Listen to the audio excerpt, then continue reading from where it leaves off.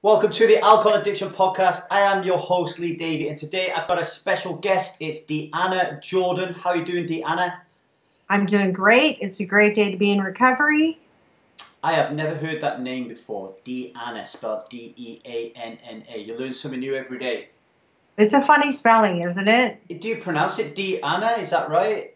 Just DeAnna. DeAnna. Oh, so it's the same as DeAnna, but it's just spelled a little bit differently. It's a funky spelling. So let's start off by telling the listeners here and the viewers, what is it about recovery that excites you so much and made you make a career out of it, make it your calling, if you will? Okay, so as crazy as it sounds, I believe that recovering addicts and recovering alcoholics are saving the world. So I'm really a big follower of Carl Jung. Uh-huh.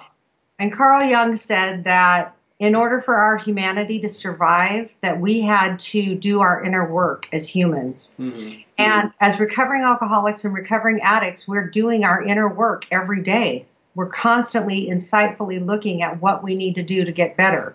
And that is what I believe is going to help humanity move forward. What is inner work?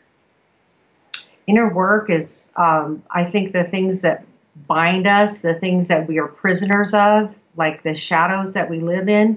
For an addict or an alcoholic, it's the prison that I don't get to make my own choices anymore. I have to wake up every day and the drugs and the alcohol are making choices for me.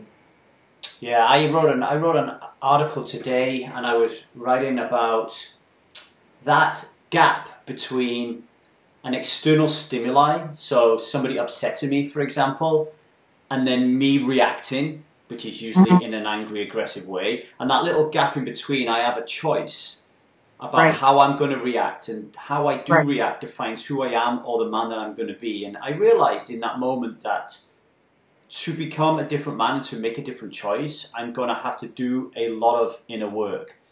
Right. And it frightens me a little bit, DeAnna, because I can't seem to grasp how long that will be. And I guess it's a lifetime thing, right? I think so. I think that we're always working on it. I mean, the alternative is that we die. Once we, so it's always good to keep learning and knowing more. And I think knowing more about myself and how I can be a better human is always a good thing.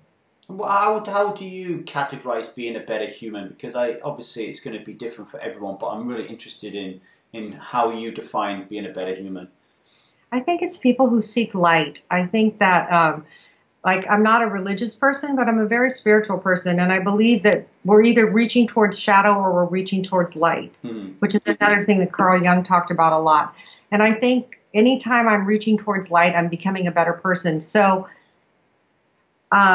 service work, I think, is what kind of gets us out of ourselves. I'm a big believer in service work, and not just for the holy do-good service work, but more about if I'm just doing something to help humanity be a better place.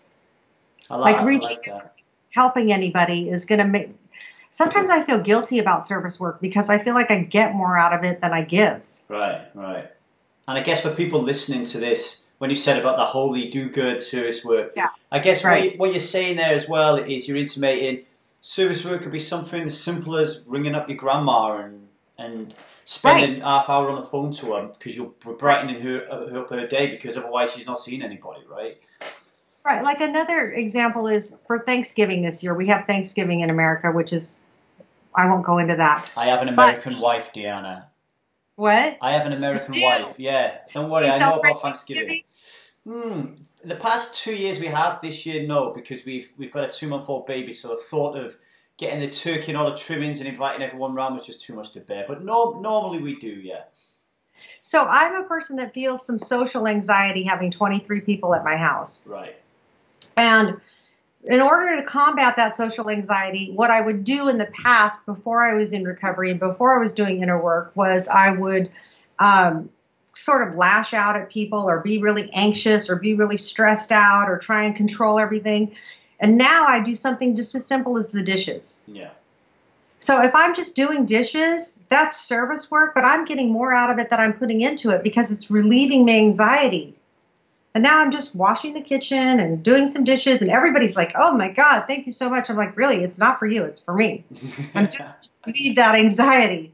And I think that's one of the things that I like to teach people that are newly sober. Like, newly sober people have a lot of anxiety going to social functions. Yeah. And I say, just do the dishes. Just when you start to feel uncomfortable, just go in and start doing the dishes. If people start fighting, if family of origin issues come up, just start doing the dishes. And they say, DeAnna, I did the dishes, and oh my gosh, it was so great. I didn't even worry, and people were fighting, and someone was drunk, and it didn't bother me. I was just doing the dishes.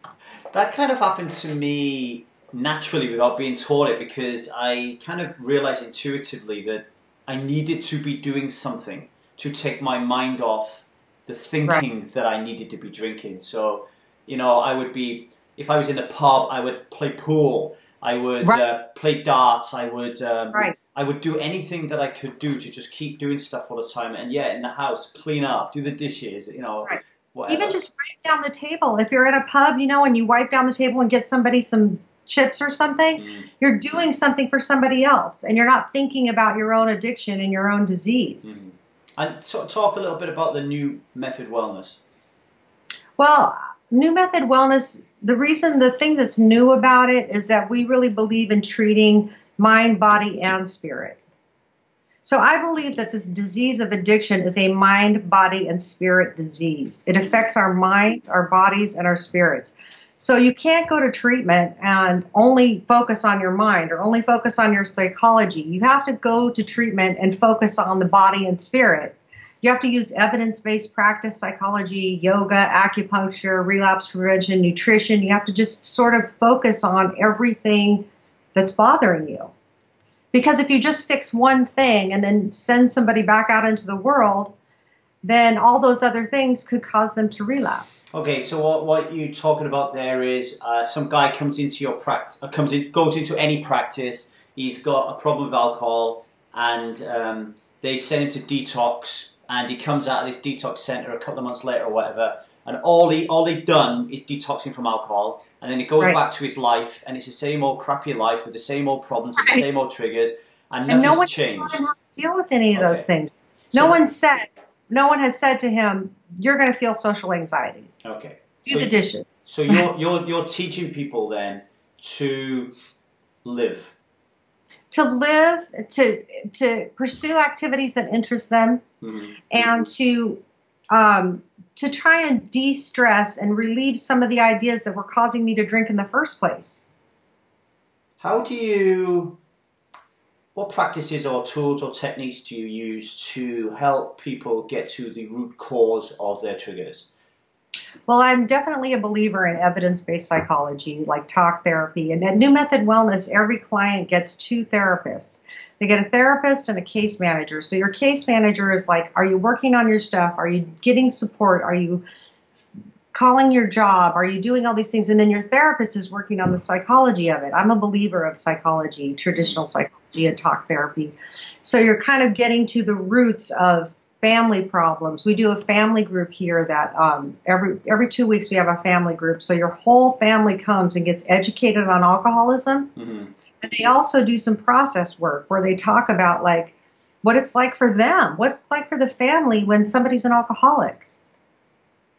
I have members of my community who have still not revealed to their family the full extent of their problems because they're ashamed. And one of the reasons they're ashamed is, and quote, you know, I've told her so many times I'm going to quit drinking. Yeah. By now I just seem ridiculous. What advice would you give to people who are trying to do this alone without explaining to their family what their issues are or that they even have an issue? I always say to people, don't brag to them about what you're going to do. Brag to them about what you've done. So, and you know, you've been bragging to them about what you're going to do. I'm going to quit, I'm going to quit, I'm going to quit, I'm going to quit. So you don't have to brag about that anymore. But you can say, you know, I haven't had a drink in 60 days. Right. Or I haven't had a drink in 9 months. And it's just working for me and I feel better about myself. And I just wanted to share that with you that I'm kind of taking over a new leaf. So rather than once you've got some time behind you, you can say, this has been my experience. I feel better without drinking. Right. I get it. And it's easier, I think, on the family when you come in. People say to me every day, you know, I've been sober for 6 days and my family still won't let me drive the car. And I'm like, yeah, but you were drinking for 6 years and you wrecked 6 cars and you know. So, yeah, for you to be sober 6 days, it's going to take a little while. I like that. So what you're recommending is don't necessarily have to go in there with this big grand speech that, look, I am going to quit drinking alcohol, etc., etc. Right. It's kind of do the gentle method and just kind of slowly weave it into the conversation. Right. Oh, I haven't had a drink for a week and I feel really great. Right. Because what response are you going to get to that, right? You're going to get a positive response, isn't you? Well done, great, wonderful, you know. But even if somebody says, well, you went a week without drinking before and you relapsed, so what good is that? I would still say, yeah, well, I feel good today. Yeah. Today I feel good about this week, so I'm just going to work on it for today. I'm a big believer in one day at a time. I know it's very cliche, but there are things that I've done that I couldn't do for, like, I haven't had a drink in 27 years. If you would have told me 27 years ago you're not going to have a drink for 27 years, there's no way I would believe you. No. I just couldn't fathom that. But I could fathom not drinking for the rest of the day. Yeah. And then it just sort of added up. And I just woke up one day and went, oh my gosh. How 27 years. My husband teases me all the time. He's like, why would anyone do that? And I'm like, I know, right? I don't know what I was thinking. Does your husband still drink then? He does. He's not a big drinker. Like he might have a beer like maybe every couple weeks or maybe 2 beers and twice a month or something.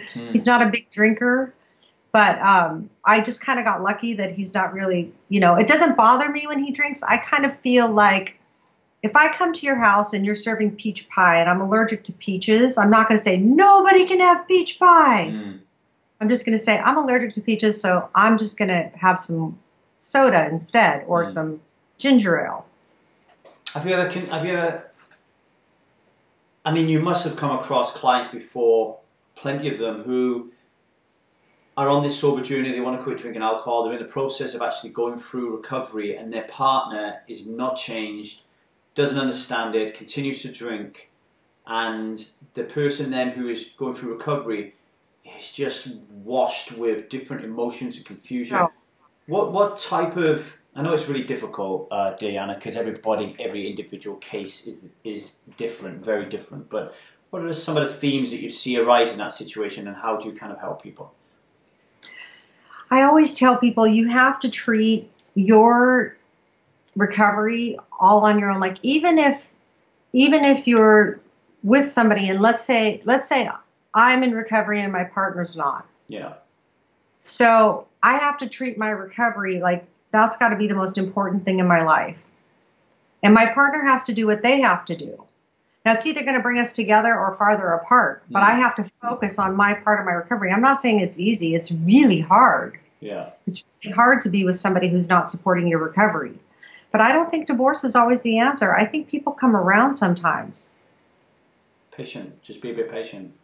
I think being patient is a good thing. You know, my husband drank more when we first got together, not like alcoholically or anything, but he did drink more. And just, I think living with me, he's seen the benefits of not drinking. And, you know, you get older and drinking's not the same. But I think I think that just being around me and being around a recovery community has really changed his thinking of it's not that valuable. I mean, drinking is really not a valuable thing. Yeah, I agree with that. I mean, my first marriage, that was my mentality was if I stop drinking, then that will have a positive effect on my ex-wife. It didn't. Right. It didn't, but that was my school of thought. And I think for me personally, having someone in my life who drank a lot of alcohol would be a deal breaker. It would be something that I wouldn't want because my values changed. As I stopped drinking and I woke up, my values changed, and alcohol as a value went down here somewhere, and health and wellness. And once you start this journey of health and wellness, you want to be surrounded by health and wellness. You know? Well, it's funny. When I was single, I went on a date with this guy, and we walked into it was a fundraiser, and we walked in, and he just grabbed a shot, and he said, "You don't mind if I drink, even though you don't drink, do you?" It was a blind date. Yeah. And he downed a shot, and I thought, well, I didn't really have a chance to answer. And I asked him again. Yeah, that's a bit of there's a clue there in the I'm just going to down a shot. Right. You just seen your whole life flash in front of your eyes, right? Exactly. And I said, I don't think, and he called me again and he said, do you want to go out again? And I was like, I think we're in different places. Yeah, definitely. And he didn't have any respect. It was our first date and he had no respect at all for the fact that I don't drink. Yeah. And like my husband now, there are times that we went out in the beginning, he didn't drink at all. And I said, you can have a drink just because I don't drink. And he said, well, if you're not drinking, I don't need to drink. And I don't want to drink. And I said, it doesn't bother me if you have a drink. And he said, well, I'm just not interested. I mean, if you're not drinking, what's the point? I kind of like that. Yeah, I like that. To me, it shows. I have a blog post which attracts a lot of attention called "The 10 Reasons Your Marriage Will Fail When You Give Up Alcohol." And loads of people always comment on it because they're in trouble and they don't know how to deal with things, And I always try to get the message across in an indirect way that you got to search.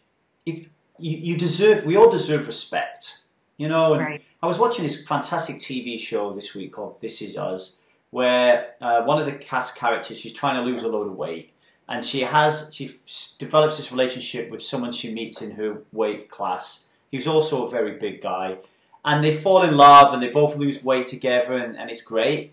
And then all of a sudden, he relapses, and she says, "Oh, well, that's okay." And then they go out for dinner, and there he is stuffing cake down his face, and I'm thinking, have some respect. Just right. do well, it. He can't because he's in his disease. They ended up breaking up. I know it's only TV, but it was a classic case. Right. But I mean, I think that it's like if I'm drinking, I don't really care what you're doing. Like me in my alcoholism, I would not have respect for you not drinking. Because I don't care about anything but what I drink. Only being sober allows me to care and respect for you and what you're doing. And he was probably, like, if I'm drinking and you're not drinking, I'm like, sorry, too bad, your problem. You know what I mean? I'm so focused on that drink. There was another learning point in that scene, actually, because it wasn't just him eating. Originally, he said, I don't want... The waiter came around and said, do you want the dessert menu? And the guy said no. And what happened was the lady said to him, no, go ahead. And what do you think of that? Because that in itself is an issue, right? Right. Well, like I said with my husband, I said to him, if you want to have a drink, you can. It doesn't bother me. But he wasn't a practicing alcoholic. Had he been a practicing alcoholic, I would have never said, have a drink with me. If I went on a date with somebody and they told me I have a history of alcoholism or problems with drinking, I would immediately say, oh, you're going to drink? Okay, I don't want to be here, But I think it's so hard. This is what I think happens. I think couples get together and then one of them will stop drinking and the other one is kind of left alone. And they're not getting their own support and their own recovery, and they've been through just as much. They have been through just as much pain, just as much struggle, being the other person involved with this alcoholic, but they're not getting the support that the alcoholic's getting and the therapy and all that stuff. So I think that person has to take their recovery just as seriously. Yeah, you can sometimes have within the relationship a feeling that the other person's already left, even if they haven't got divorced, because they just pulls apart. Right. It absolutely pulls apart. To get someone on with 27 years of recovery is just amazing. And I know I'm putting you on the spot here, but if you could boil down that 27 years of recovery into, I don't know, like a little short free ebook of like 5 chapters of the most important lessons you've learned in those 27 years. You don't have to name 5. You can name as many as you want. What are the things that come to your mind and you think? It's so interesting that you say that, because when I got sober, I looked around and I noticed I surrounded myself with a lot of sober people. And I noticed people that had like 10, 20, 30 years sober. So I kind of started, I'm like a puzzle person. I really like puzzles. Right. So I started finding out, what do they have in common, these people who have 10, 20, 30 years sober? What are they doing? And one of the things I notice is they have a social support, a sober social support. And I thought, okay, I can do that. Another thing I notice is that they're of service. They're always helping other people. And I thought, well, I can do that. You know, they really work on relapse prevention. They make relapse prevention the most important thing in their life, right? Uh-huh. Like, I think the problem is so many people get sober and then they go, I'm good. I don't need to worry about this anymore. And then boom. Yeah. It sneaks back up and they relapsed again. And then they're having to start all over. If they can continue to focus on that relapse prevention, even when they're sober. Like, I'm 27 years sober and I still focus on relapse prevention. Right. I'm still thinking, you know, I'm just as close as anybody else. I mean, I went to a party about a year ago with my husband, and the guy had a vineyard who was having the party, and he said, you have to try my wine. And I said, oh, I don't drink. Yeah. And he's, no, don't drink, just try it. And he put it in my hand, and like 26 years flashed before my eyes. And I handed it to my husband, and I said, can we leave now? Yeah. And he said, yes, let's leave. Yeah. So I had set that up, like, anytime I say to my husband, I want to leave now, he knows that means, you know. And most of the time, it's not a big deal. But for some reason, him putting that glass of wine in my hand and being so insistent and being at this party, it really shook me up. Because he's giving you we call him poker an out, right? He's giving you an out. He's allowing you to go back and say to yourself, all I did was swill it around my mouth and spit it out. I didn't drink it. So I just that is dangerous. Yeah. But who knows? I could be, you know, I have a friend, she was 31 years sober. For like 5 years, she stopped focusing on the relapse prevention. She just didn't think about it anymore. She just went about her life, you know, the last 5 years. She said to herself, I've been good for like 5 years. I could probably, or 31 years, I could drink again. Mm. She was in rehab, lost her job, lost her car, DUI. We call it DUI. That means drunken driving. Yeah.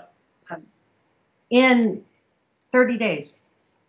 Her whole life fell apart again. Just for one night. Yeah. So another thing I really believe in is like non-negotiable self-care first. Like if I'm taking care of me first, non-negotiable self-care first, I'm taking care of me, then I can be a better wife, I can be a better mom, I can be a better friend. And so many times people get into recovery and they stop taking care of themselves. They forget they need to take care of themselves in order to be there for other people. That's one of the things I've noticed people with long-term recovery. And like to focus on the long term, that's another chapter I would write. I would write focus on the long term. Don't just focus on, okay, I'm sober, what am I going to do today? Focus, how am I going to have a sober, long-term sobriety lifestyle? I really like that one, the long-term focus, because a lot of people, when they associate value to alcohol, all the values that they associate are all short-term gains. Right. You know, I get a high, I get a buzz, it makes me feel good, it lowers my inhibitions, it gives me courage. They're all perceptions of short-term positivity and gain, whereas in the long term, you're just going to get health issues, money issues, relationship issues, you know. Well, in the 27 years I have learned is that I can get all those things you just spoke of without drinking. Yeah. I can get high from running. I can get high from being with my friends. I can get high from watching my kids laugh. I can get high from playing board games with my kids. Maybe not as high as you are with alcohol, but I'm high. We're laughing. We're having a great time. We're feeling really good. Yeah. I can get like a little buzz from watching my kids play and run around, and you know what I'm saying? Yeah. So all of those things. I can break social anxiety by meditating and doing breath work. I can do any of those things. It's not like, one of the things I often say is that if it were more fun drinking, I would drink again. If my life was better drinking, I would not be sober. Well, I always tell people, this is interesting, because I'm 7 years sober, I think, and the way that I went through my process means that I never have cravings. I never feel a desire to drink alcohol. So I don't have a problem on that score. So I don't really think about myself personally. I don't think about relapse prevention too much. However, I'm acutely aware that if a catastrophic event happened in my life, such as the loss of a life of someone I loved, etc., there might be what I call, pardon my French, the fuck it scenario that comes in, where all of a sudden my care for my own health and well-being just goes out of the window because I just want to, I don't know, damage myself in some way, you know. So just not feel this horrible. Yeah, well, I don't know. When I went through a catastrophic event when I got divorced, and I drunk not because I didn't want to feel better. I drunk because I quit drinking to save that marriage, and that marriage ended. So then I was like, well, what's the point? And even though I had trained my mind that there was no value in drinking, I still then said to myself, just do it. Who cares? Like, no, I don't care anymore. I'd lost the care, and it did it. We talk about being internally motivated and being externally motivated. Like a marriage is an external motivation. Me to want a better life is an internal motivation. Yeah. Yes, definitely. And then the second time round, I chose an internal motivation. Exactly. The first time around, it was all external. But you can get sober for external motivations, and then it changed to internal motivations. Yes, yeah. By working on it long term. I got sober because I had nowhere to live. My mother wouldn't speak to me. She was crying all the time. I was completely at the bottom. But then I ended up staying sober, even though all those things came together, because I wanted to feel good. I'm a feel-good junkie. Like I said, if it felt better drinking, I would drink. Yeah, yeah. But it feels so good to be sober and make my own choices and be in control of my life. Yeah, yeah. I always say to people, don't quit drinking and then have this desire to drink every day and use your willpower to prevent that. And then 40 years down the line, you're still living your life like that. It's about it's about happiness. It's not about whether you drink or not. You know? Right. Why get sober and be miserable? Yeah, we quit drinking because we want to be happier, not because we want to deprive ourselves of something that gives us happiness. Just carry on doing it, you know? Right, right. I always tell people, if you're miserable sober, go drink. Yeah, I'm exactly the same. And then maybe you'll come back and you'll say, well, I'll give this a good try. I'll really be willing to do the work that it takes. Yeah. But the work is so worth it. Yeah. And it's so hard, you know, because we're not used to working. You know, alcohol switches you off, puts you in that autopilot mode, and you just go through the motions. And man, when I was drinking, DeAnna, I thought I was so good, high-powered, smart, intelligent, got it all down. And it wasn't until I quit that I realized I was just operating at 50% capacity, even less maybe. You know? Well, you hear this term all the time, high-functioning alcoholic. And I always say functioning is a relative term. Like you think you're high-functioning because you're going to work, you're getting a paycheck, but you might be dead inside. What's the point of that? Well, you have no idea as an individual what you're capable of or what, you know what I mean? What levels of happiness you can reach, what levels of health you can reach, you know, well-being. You don't know until you try that, and alcohol prevents you from even opening the door. You don't even see the door, you know. You don't see the possibilities. No, you don't see it. I agree. I mean, those 5 things you mentioned, I want to pick your brains on a few of them. Okay. Relapse prevention. We talked about it a little bit. I said I don't really feel that I need to use it. However, saying that, until anyone I work with gets to a point where I believe they are living a life where they're not being triggered and they're not having cravings, then relapse prevention is really important. What are some of the tools, tips, techniques that you use to help people deal with relapse prevention? Well, I always believe in a support group, a social support group. So I have 10 numbers on my phone that I could call anytime and say, you know, Lee, this is DeAnna, and I really feel like drinking tonight. Right. You might say, DeAnna, why don't you meet me at the coffee shop? We'll have a coffee and we'll talk about it and see how you feel afterwards. So that's one of the things I do is I reach out. So many times people try and do recovery alone. Yeah. And it makes it 1,000 times harder. So I always have 10 numbers on my phone that I can call at any time. It might even be my mom. and say, Mom, I really feel like drinking tonight. And she might say, you know, honey, let's go for a tea and see how you feel afterwards, you know, or a coffee or something, and just talk it out a little bit. And I really believe in distress tolerance. What is that? Tolerating the distress. Right. It's a huge tool. Most alcoholics and addicts are not good at distress tolerance.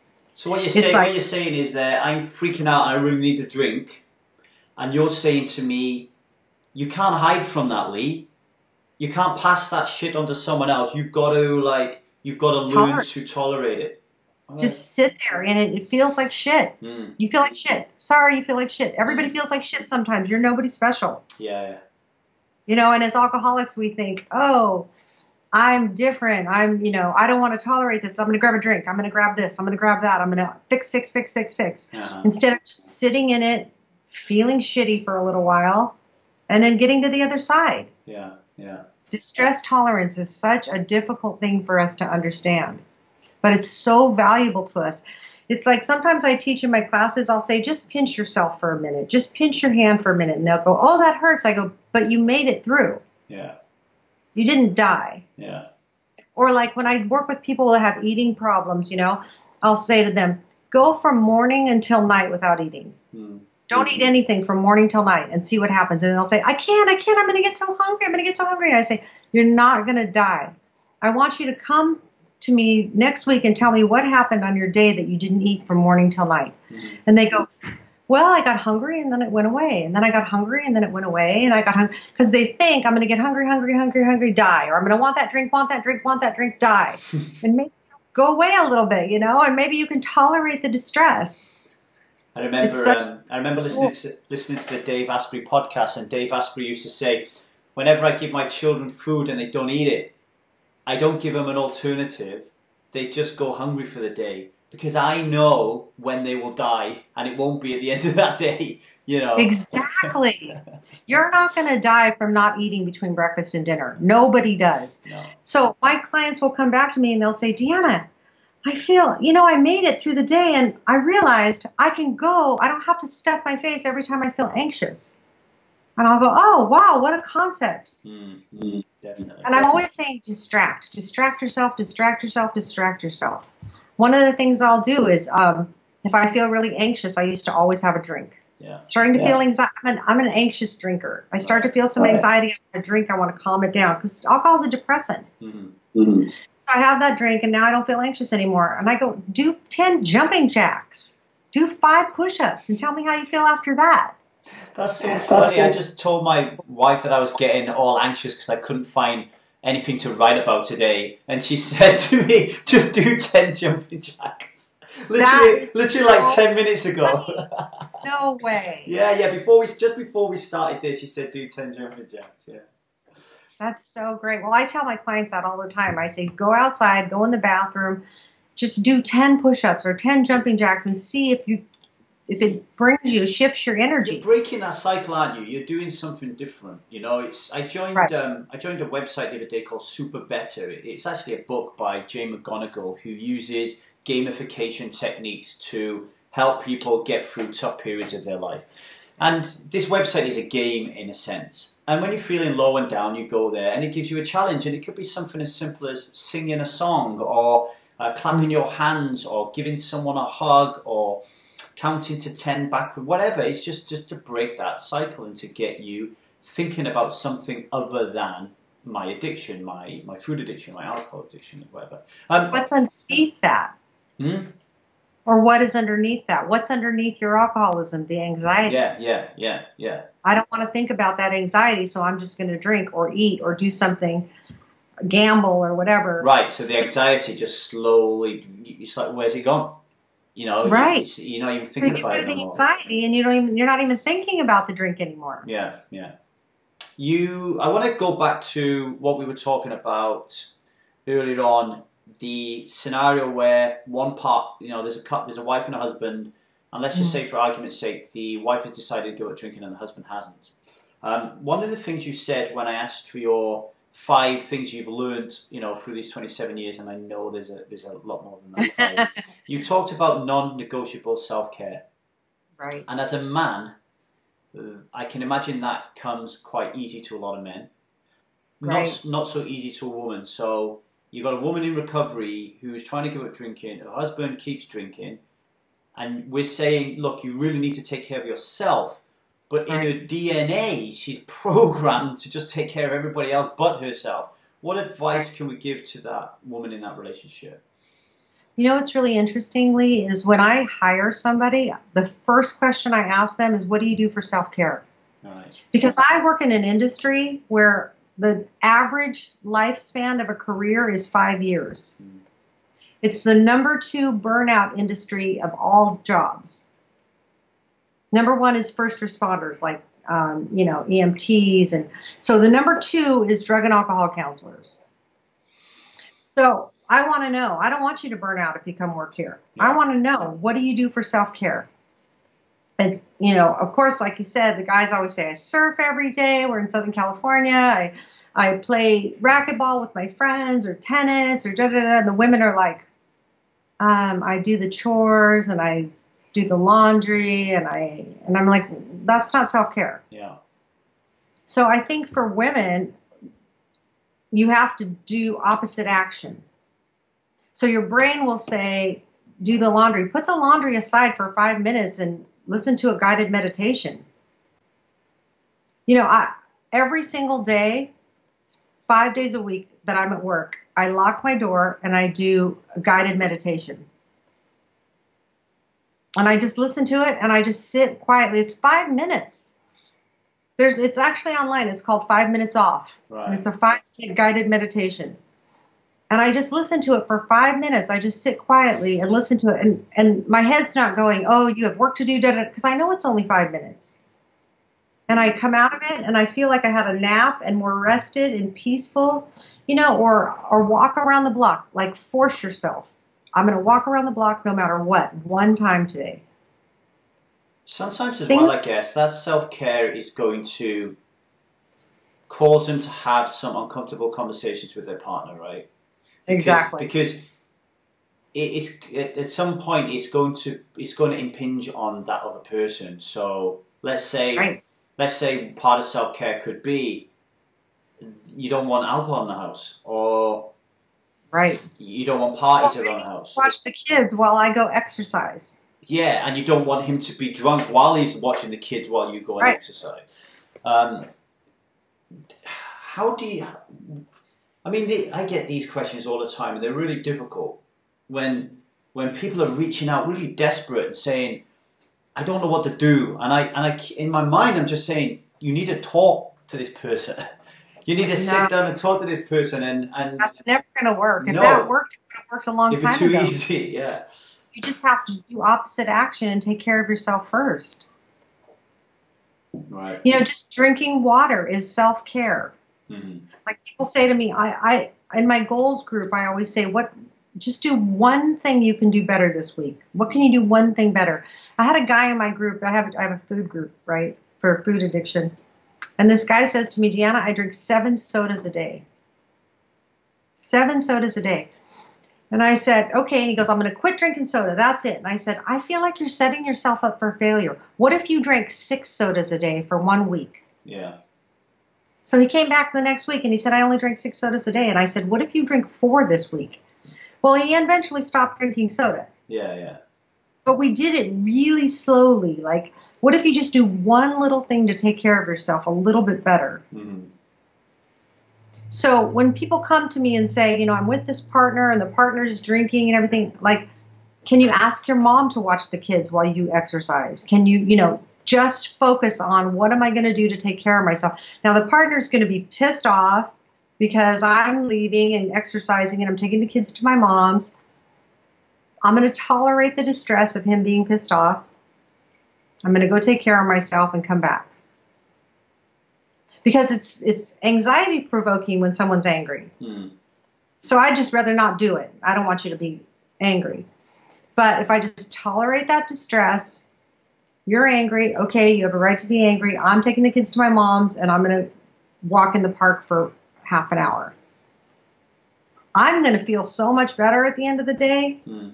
That half-hour walk in the park is going to change my life. Mm-hmm.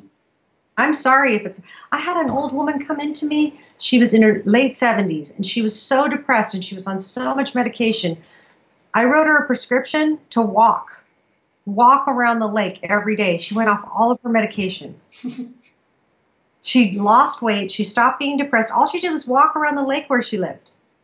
She stopped being depressed. She felt better. The endorphins were going. The dopamine was going in her brain from the walking. And she said, I can't believe I'm not depressed. And so she went to her doctor. She lowered her medication, lowered it until she stopped. Yeah.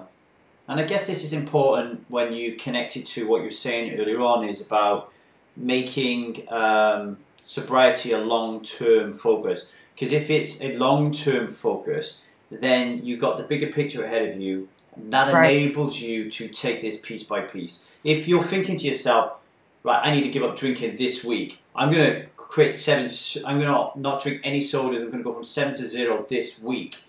Because it's a short-term focus, you're piling too much pressure on yourself. And you're going to feel so bad about yourself that you failed. Yeah. And then you might not try it again. Right. And so what you want to do is create little successes. Just keep creating successes so your thinking starts going, wow, I'm doing better. And then you do better. And then you think better. And then you do better. And you think better instead of, I failed. I can't do it. I'm a loser. I'm this. I'm that. Da, da, da, da, da, da. You know, we just want to keep creating little successes. I call it giving yourself credit. Give yourself credit every day. Every day. What credit did I get today? Well, I drank 6 sodas instead of 7. Credit. Yeah. Give yourself a pat on the back. Instead of at the end of the day when you check into yourself, instead of just beating yourself up over the things you could have done better, just celebrate your wins, you know. When I work with children, I always say the first thing we're going to do is change that person in our head. That critical voice is going to change to a positive voice. What can we do to change that critical voice? And I think the same applies to adults.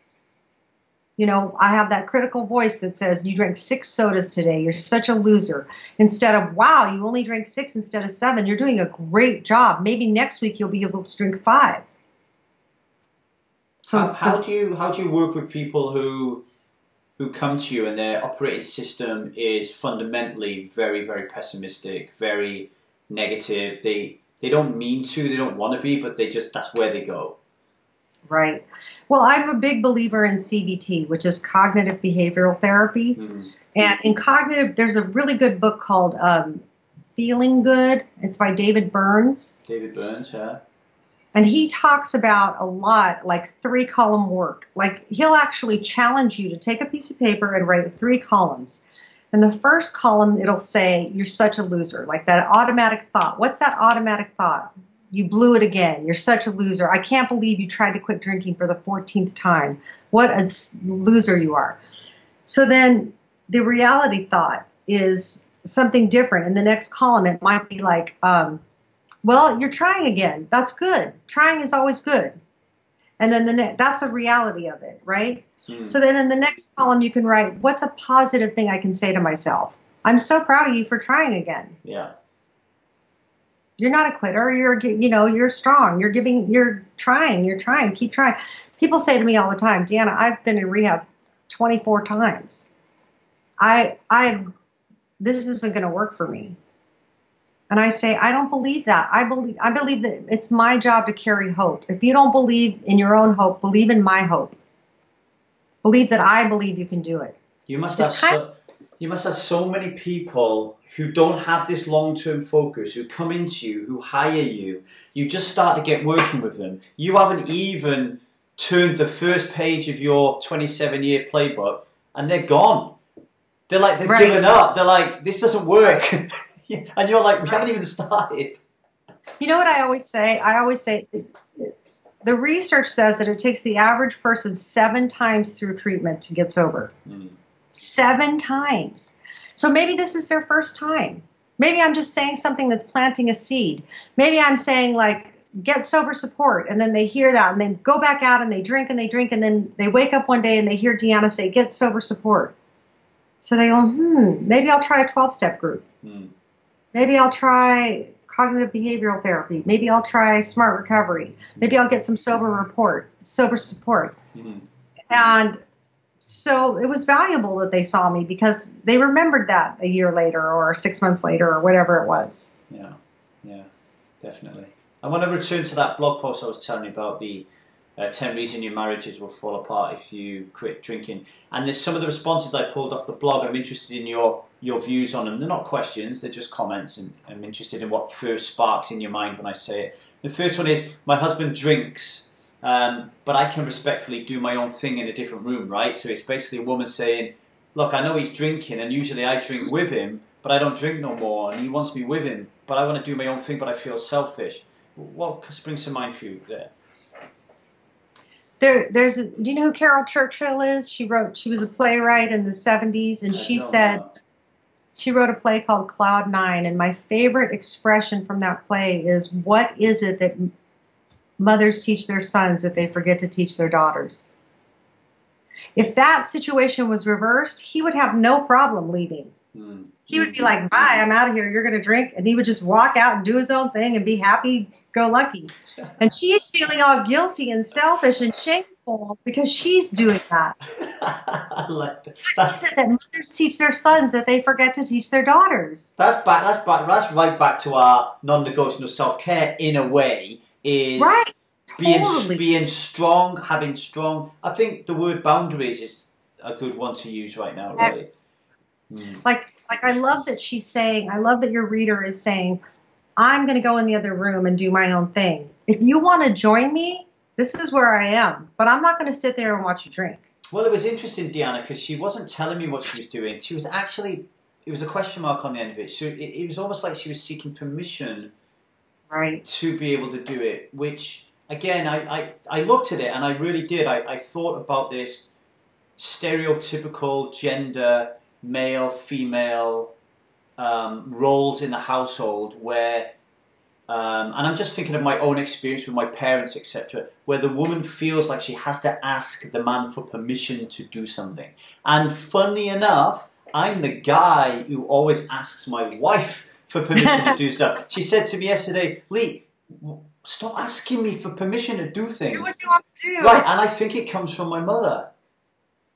You know, I just think part of my operating system as I grew up, I just seen this happening all the time, that I just became that person. And yeah, I think the, you know, what you're saying there is, I love that quote, you know. The distress tolerance as well. The distress tolerance, like, you're going to be angry with me when I leave and do my own thing, but I'm going to tolerate the distress of you being angry. Yes, yeah. I'm just going to sit with it while you're angry. Okay, you're angry. Okay, well, I'm still going to do my own thing. Mm-hmm. Yeah. I mean, men don't have a problem with that normally.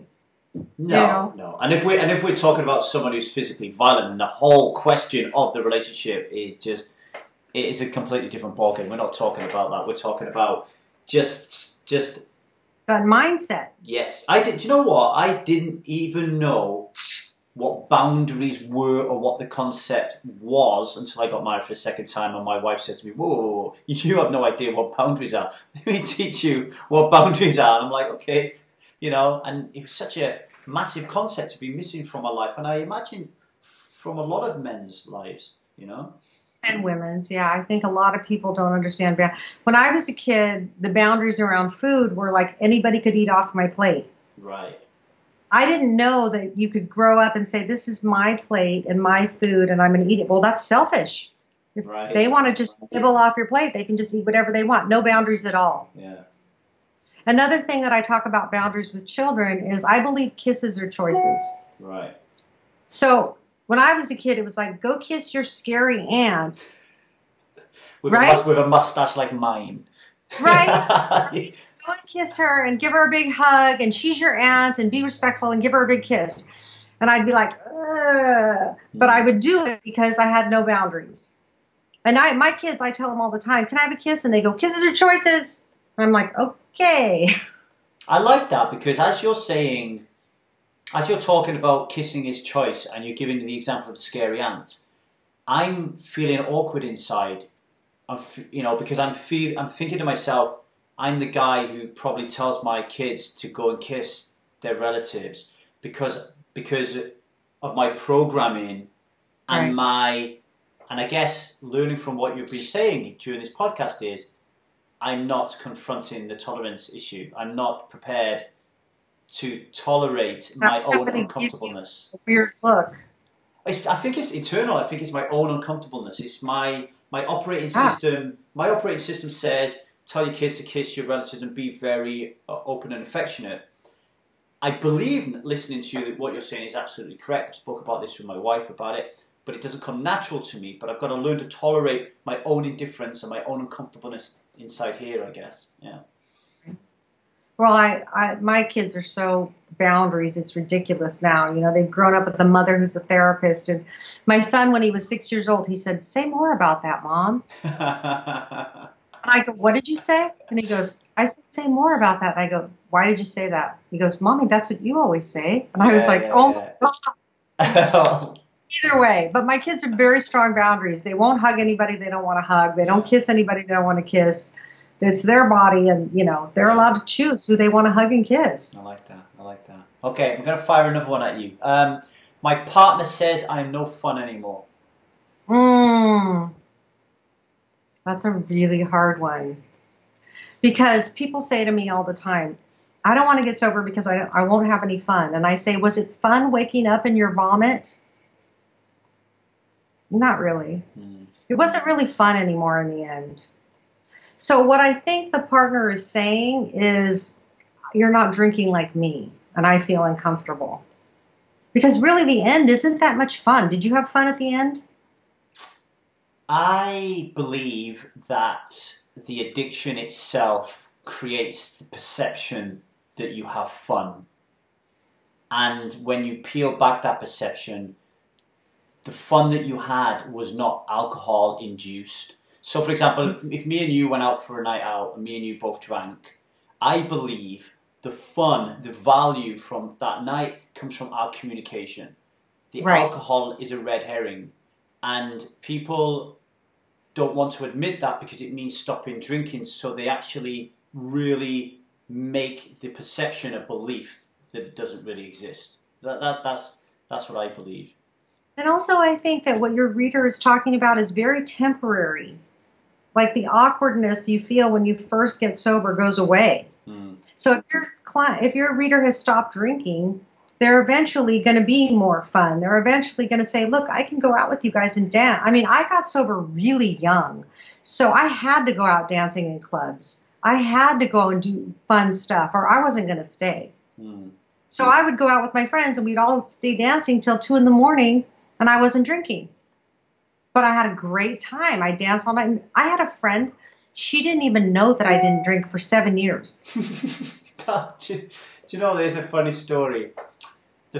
When I gave up drinking originally, my ex-wife didn't. But then over time she did for a short brief time. And we went out once to a Halloween party. None of my friends knew we weren't drinking because they were so drunk they couldn't tell. And it just became... I remember us both being on the dance floor and our legs wouldn't move because they were like wood, you know, because we'd never danced sober. And we realised in that moment that no one's looking at you because everyone's blottoed. You know, no one cares. No one cares. I think with the other thing I think is important when we say my partner's no fun anymore, we talk about fun again, is again going back to that long-term versus short-term thinking. It's instead of defining fun as in those moments, you know, those individual nights, think of fun as your entire life, like your happiness as your entire life, not just little pockets. I tell you what does happen though, DeAnna, which I'm interested in your view on, unfortunately, and this is only a sample, obviously taken from my blog, and there are 7 billion people in the world, so there's going to be a lot of relationships here. But there's a lot of men, particularly, giving the women ultimatums. You are no fun anymore, and if you don't change and start drinking again, I can't be in this relationship.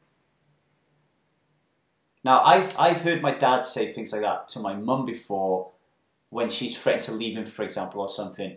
And I just think, oh, you selfish bastard. You're preying on that woman's insecurities. But don't you think good riddance to bad rubbish? Yes, I do. And I think, but I also believe that if we think about why the other person's saying what they're saying and try to kind of find empathy in that, even though it's really, really difficult, I guess there's some work that could be done there. You know? Right. So well, one of the things that I would say to your reader is if somebody said to me, you're no fun anymore, I would plan a fun, sober event. Like, my husband likes to go to the batting cages. Do you have that? No, but I know what you mean. Baseball. Yeah, baseball, and you just hit the ball. Anyway. Like the golf range. Yeah.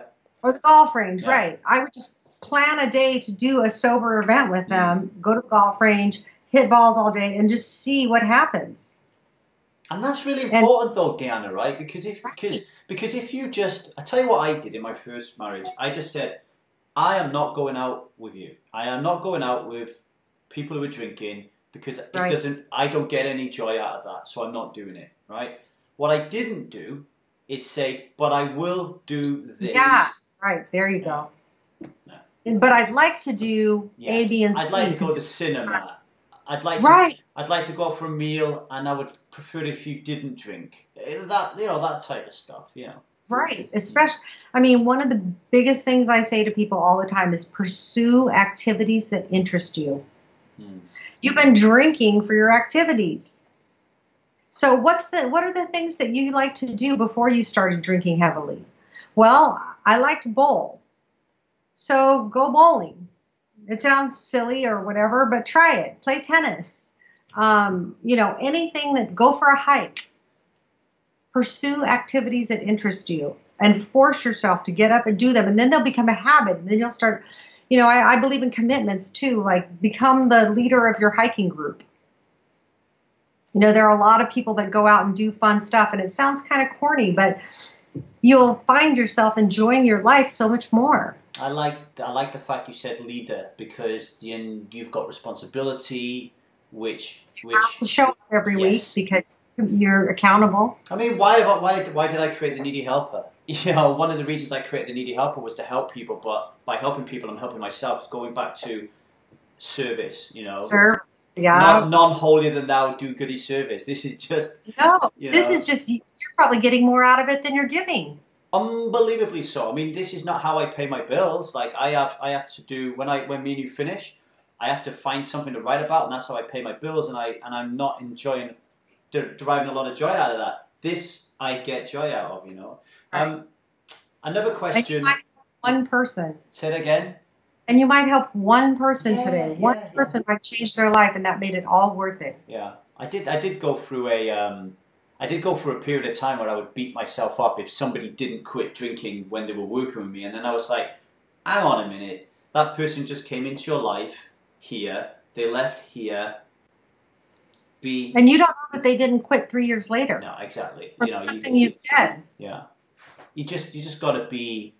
Just plant the seed. You've got to be happy that you've got to look at yourself in the mirror and say, did I do the very best that I could have done in that situation? And that is acceptance of being happy with it. We touched on this one a little bit earlier on.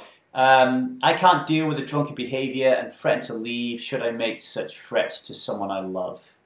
I never make threats, ever. I just leave or don't leave. You either accept it or reject it. The threats never change anybody's behavior. Nobody ever goes, oh, I'm going to stop drinking because someone's whining or bitching at me. Ever. Nobody ever says that. I'm going to stop drinking because somebody's bitching at me. Never. Nobody likes to be the cat pushing that corner, neither do they. No. So just leave or stay. Just accept it that they're drinking and stay and get on with your life, or leave. Don't bitch at them. I want to ask you a really difficult question now, which I mean, to me, this is the question. This is the one where every avenue goes down to, in my opinion. When I quit drinking and my ex-wife didn't quit drinking, it became completely and evidently apparent to me that despite spending 20 years of my life with this person, we were like chalk and cheese. We were completely different. We had completely different values. We were into completely different things. There was no way I should have been with this woman. However, I had a child. I had a house. I had a car. I had stuff. I had history. And I didn't have the balls to leave her. And eventually, she was the strong one who said, get out. This isn't working. DeAnna, I didn't have the balls to leave, even though I knew it was wrong. So what I'm saying to you is, I would have stayed in that terrible relationship just because I was scared of being on my own for the first time in 20 years. And every time I read these blog posts, they're not always to that extreme. Sometimes their partner's working with them, but a lot of them are to that extreme, and these people can't leave, and I can't just write in there, leave them, you know. Right. So this is $1 million question. What do you do when you can quite clearly see with your clients that this person is just no good for you? I would say do the best you can to take care of yourself today. Just do whatever you can to take care of yourself today. Because I think the more that they do the non-negotiable self-care first, the stronger they'll be and they'll want to leave. You can never tell anybody to leave.